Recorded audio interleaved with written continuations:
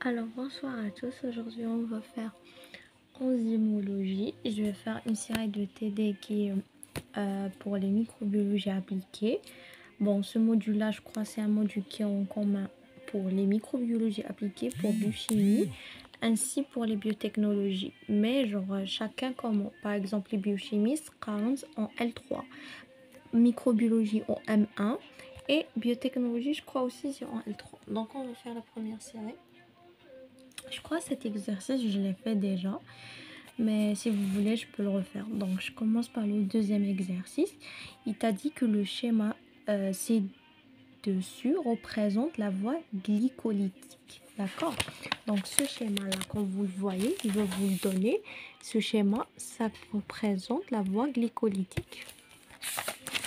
Donc, la première question qu'ils t'ont demandé, complétez ce schéma et donne le lieu du déroulement de cette voie. Qui veut dire, il te demande de compléter le schéma. Donc voilà le schéma, vous allez le compléter. D'accord? Je prends un stylo. Donc ici, c'est la réaction, c'est le truc qu'on avait fait en L3 avec M. Smail Biochimie. Donc ils t'ont dit le glucose, il va donner le glucose 6P. Donc qu'est-ce qu'il a besoin? Il a besoin d'un ATP bien sûr. Ça c'est la voie glycolique, dans glycolyse. Vous écrivez sur internet cette voie-là, elle va vous sortir. Donc vous pouvez la prendre, hein, c'est pas sorcier. Donc c'est ADP. Ici aussi c'est ATP, ADP. Voilà. Ici c'est NAD. NAD. Ici c'est NAD. H+, voilà. Après, vous avez 2,3 diphosphoglycérate qui va donner 2,3 phosphoglycérate. Donc, on va faire ADP, ATP, voilà. Et en dernier, c'est ADP, ATP. Là, c'est la voie glycolyse. Vous pouvez la chercher dans Google ou bien vous tapez, vous ramenez votre cahier de biochimie, vous vérifiez. Donc, c'est des trucs... bon, ça, il va pas donner ça en examen. En fait, c'était juste un exercice en TD. Donc, ATP, ADP, ATP, ADP, NAD, NAD, pH, H+, ADP, ATP, ADP, ATP. On est bien d'accord. Après, qu'est-ce qu'ils t'ont dit? Après la deuxième question qu'ils t'ont dit, donne la classe des enzymes E1 du E1 à E9, qui veut dire E1, le voilà, E2, E3, E4, E5, E6, E7, E8, E9. Chacun, tu vas lui donner la classe. La classe, on avait parlé déjà des classes. On est bien d'accord. On a parlé plusieurs fois des classes qu'on avait fait. Ici, qu'est-ce qu'on a? On a le E1. On a le glucose qui va se transformer en glucose 6P. Qu'est-ce qu'il a? Il a l'ATP, il a l'ADP. D'accord? Transformation. Je vous avais dit déjà, à chaque fois que vous trouvez l'ATP et l'ADP, c'est toujours la classe transférase. D'accord? Donc, c'est la classe 2. Donc, E1, c'est transférase, la classe 2, parce qu'il y a l'ATP et l'ADP. La deuxième classe bien sûr, plutôt E2, c'est glucose 6P, d'accord? Il va nous donner le fructose 6P. Ici, on a G6P, F6P. C'est la classe isomérase, d'accord? En fait, je me rappelle pas c'était quoi parce que je crois il a changé genre le G6P il a changé directement en F6P. Donc quand il y a le changement complètement, c'est isomérase même s'il a voilà. Voilà. Donc la classe E2, c'est isomérase. Il y en a la classe E2 comme vous voyez, il n'y a pas ici ATP ADP parce que celle-ci, elle est avec le E3. C'est le حكم de E1. Donc ATP et ADP, c'est transférase. Le deuxième c'est isomérase parce que le glucose 6P, il est changé complètement. Regardez ici, il était glucose. Il y a le glucose. Non, glucose, il y aura le fructose. Donc quand il change complètement, genre je sais pas comment dire, il est dans la classe isomérase. Isomérase, c'était quelle classe déjà? Isomérase, c'est la classe 5. Voilà, après F3. F3, c'est quoi? F3, bien sûr, c'est logique. F3, qu'est-ce que j'ai dit? À chaque fois que vous trouvez ATP, ADP, c'est la classe de transférase. Donc, c'est la classe 2 parce que c'est à l'ATP, l'ADP. Et on a regardé toujours transférase, ça change pas. Regardez fructose, fructose. Vous voyez, glucose, glucose. Mais ici, l'isomérase, ça a changé le fructose. Le glucose a donné le fructose. Donc, c'est isomérase. Maintenant, E4. Fructose 1,6P fat, il va nous donner 2 glycéraldéhyde 3P, GC3P. Ici, c'est quelle classe? Donc, E4, c'est la liase. La moment, la liase, elle coupe les liaisons. D'accord? Donc ici, qu'est-ce qu'on a? On a fructose 1,6P. Qu'est-ce qu'il nous a donné? 2 fois glycéraldéhyde. Donc, il a coupé. Ici, comme vous voyez, il n'y a pas de ATP et de l'ADP. Donc, c'est pas transférase. Donc, ici, il a coupé. Regardez. Il a fait 2 fois. Bon, la liase, la moment, elle coupe les liaisons hydrogène. Non, je veux dire les liaisons de l'eau, je sais pas. En tous les cas, la liase, c'est difficile pour la trouver. Je la laisse toujours en dernier.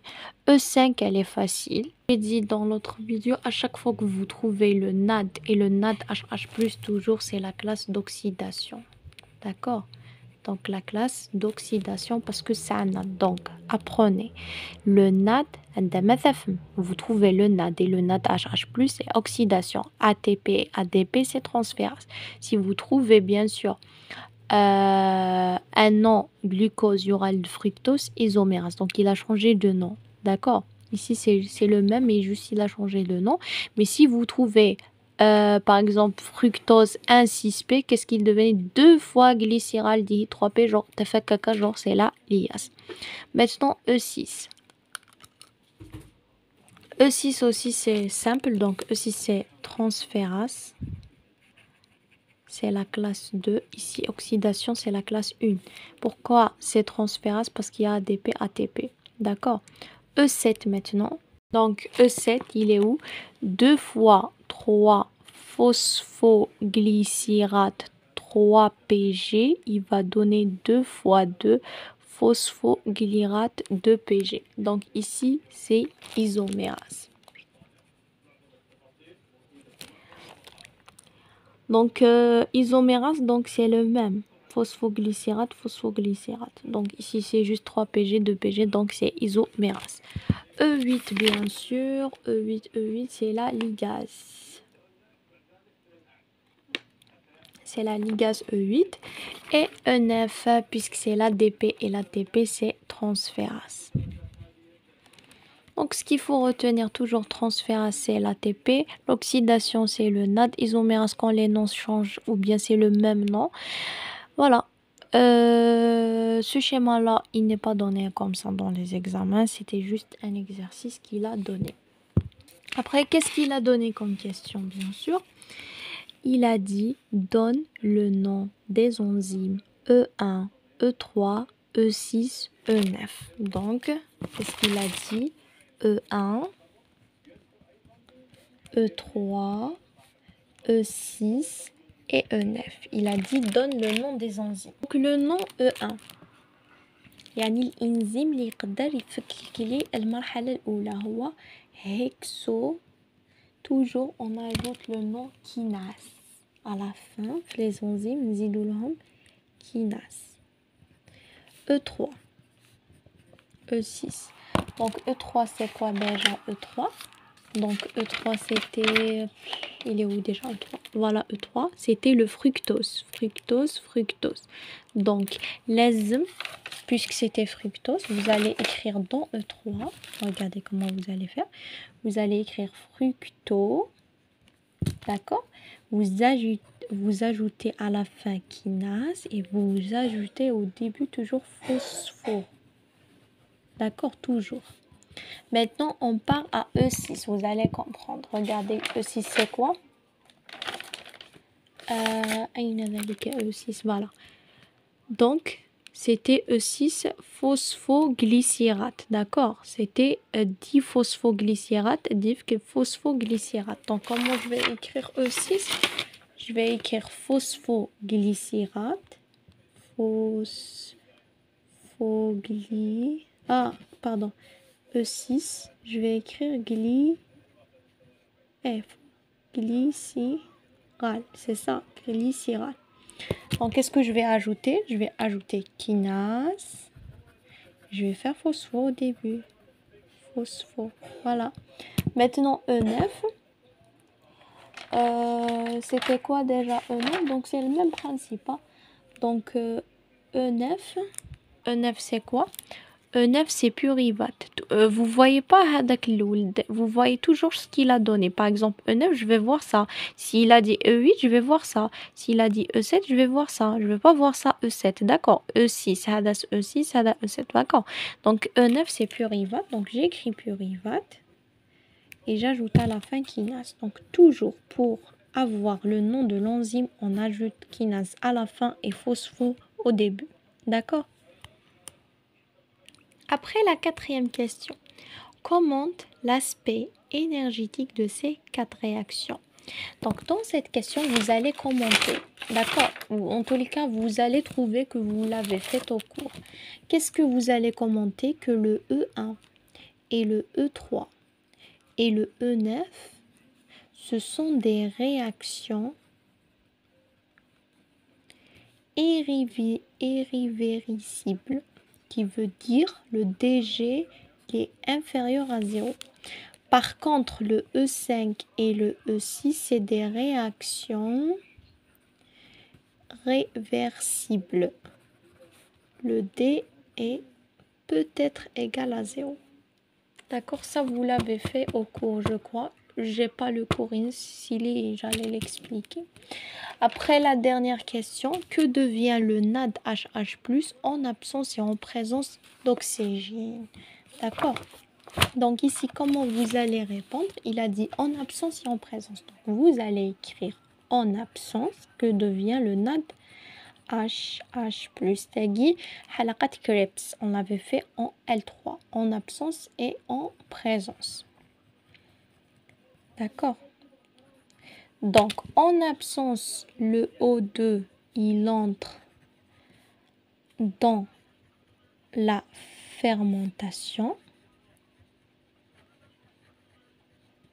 Et en présence, qu'est-ce qu'il fait? En respiration plutôt. Donc, en respiration, qu'est-ce qu'il fait? Il entre dans la chaîne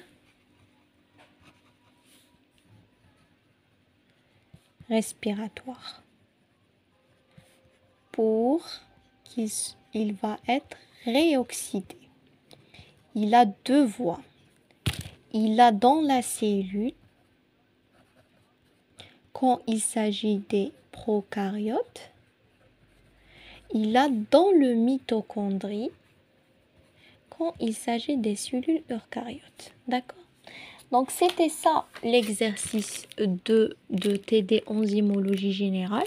Si vous voulez, je refais l'exercice 5 et 1, même si je l'ai fait déjà, je le refais dans une vidéo seule. Si vous voulez que je continue le module à vous me dites.